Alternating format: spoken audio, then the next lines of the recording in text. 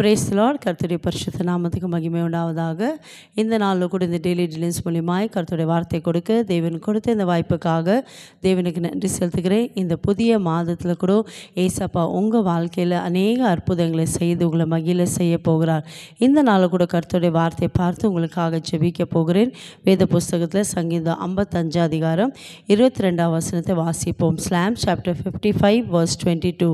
கர்த்தருடைய வார்த்தை எப்படியாய் சொல்கிறது, கர்த்தர் மேல் உன் பாரத்தை வைத்து விடு, அவர் உன்னை ஆதரிப்பார், நீதிமான் ஒருபோது தள்ளாடவற்றார். ஆமேன். என் கண்பார்களே, இதை பார்த்து கொண்டு இருக்கிற உங்களை பார்த்து ஏசப்பா சொல்கிறார், ஒருவேளை உங்கள் வாழ்க்கையில் பலவிதமான பாரங்கள், பிள்ளைகளை குறித்து பாரமாக இருக்கீங்களா, குடும்ப சூழ்நிலை கண்டு பாரத்தோடு இருக்கீங்களா, பலவிதமான வேதனைகள் கஷ்டத்தோடு இருக்கீங்களா, ஏசப்பா உங்களை பார்த்து சொல்கிறார், உங்கள் பாரத்தை, உங்கள் கவலைகள், உங்கள் கஷ்டங்களை ஏசப்பா மேலே நீங்கள் வைத்து விடும்போது கர்த்தர் உங்களை ஆசீர்வதிக்க வல்லமை உள்ள தேவனாக இருக்கிறார்.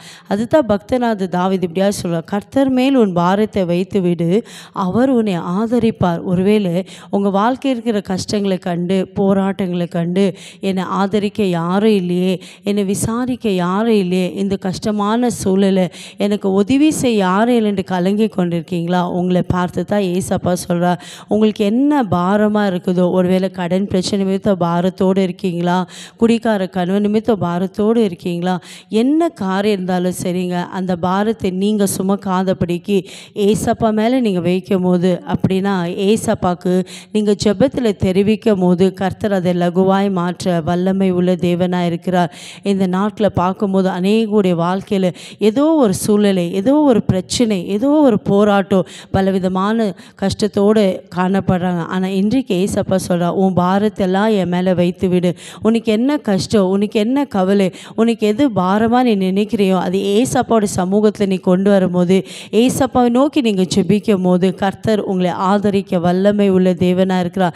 இந்த பொல்லாத உலகத்தில் உங்களை நேசிக்க யாரும் இல்லை, என்னை விசாரிக்க யாரும் இல்லை, என்னை தேற்ற யாரும் இல்லைன்னு கலங்கி கொண்டிருக்கீங்களா, உங்களை பார்த்து தான் ஏசப்பா சொல்கிறார், நான் இருக்கிறேன் மகனே மகளே, எதை குறித்து நீ பாரத்தோடு இருக்கிற, ஒருவேளை பிள்ளைகளுடைய திருமண காரியம் நடக்கலைன்னு பாரத்தோடு இருக்கியா, குழந்தை பாக்கியில் அந்த நிந்தை அவமான பாரத்தோடு இருக்கியா, கடன் பிரச்சனை நிமித்தோடு நீ பாரத்தோடு இருக்கியா, எதுவாக இருந்தாலும் சரி இன்றைக்கு ஏசப்பா மேலே உங்கள் பாரத்தை வைத்து விடுங்க.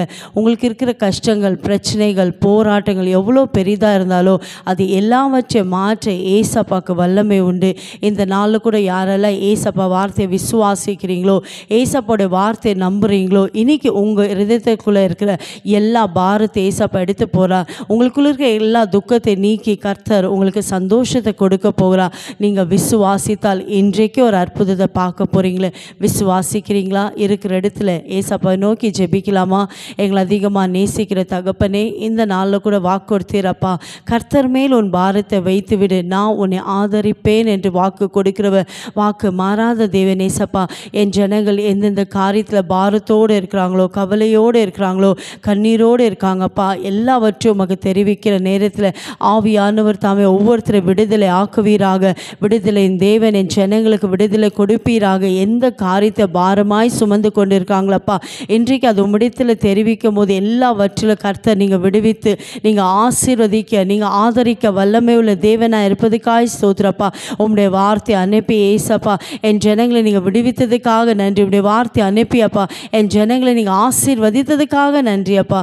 இயேசுவின் நாமத்தில் பிதாவே, ஆமென். God bless you.